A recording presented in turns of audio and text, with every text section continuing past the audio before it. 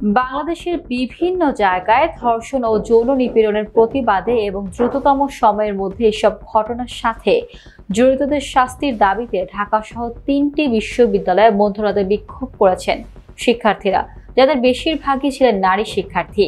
এর মধ্যে ঢাকা বিশ্ববিদ্যালয়ের বিক্ষোভ অবস্থান থেকে ধর্ষণের ঘটনাগুলোর বিচার নিশ্চিত করার জন্য সরকারকে 24 ঘন্টার সময় বেঁধে দিয়েছেন শিক্ষার্থীরা। সেটি না হলে স্বরাষ্ট্র উপদেষ্টাকে পদত্যাগ করতে হবে বলে দাবি জানানো হয়েছে। সম্প্রতি ঢাকা বিশ্ববিদ্যালয়ের এক ছাত্রীকে হেনস্থার ঘটনায় বিশ্ববিদ্যালয় কেন্দ্রিক গ্রন্থাগারের একজন কর্মচারীকে পুলিশ গ্রেফতারের পর তৌহিদি জনতার নাম দিয়ে একদল ব্যক্তি থানার সামনে অবস্থান নিয়ে হট্টগোল করে।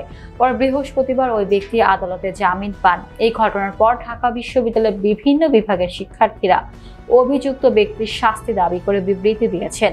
এর মধ্যেই মাগুরায় একটি শিশু নির্যাতনের শিকার হওয়ার ঘটনা ব্যাপকভাবে আলোচনায় এসেছে।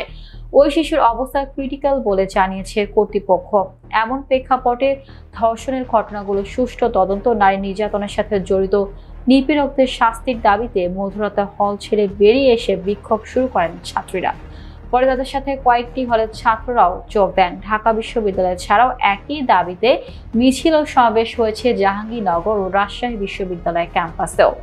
এসব বিক্ষোভ, অবস্থান, সমাবেশ ও মিছিলের সময় আমার বোন ধর্ষিত কেন, ইন্টারিম জবাব চাই, ফাঁসি চাই, ফাঁসি চাই, ধর্ষকের ফাঁসি চাই, ধর্ষকদের কালো হাত ভেঙে দাও, গুঁড়িয়ে দাও স্লোগানে উত্তাল হয়ে ওঠে ক্যাম্পাসগুলো।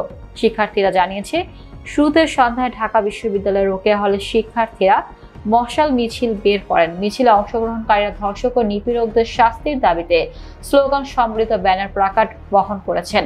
মিছিলটি রোকেয়া হল থেকে বের হয়ে বিশ্ববিদ্যালয় উপাচার্যের বাসভবন এলাকা প্রদক্ষিণ করে আবার হলের সামনে ফিরে আসে। পরে রাত 12টার কিছুক্ষণ আগে সুফিয়া কামাল হলের শিক্ষার্থীরা মিছিল শুরু করলে অন্য হলের শিক্ষার্থীরাও তাতে যোগ দেন।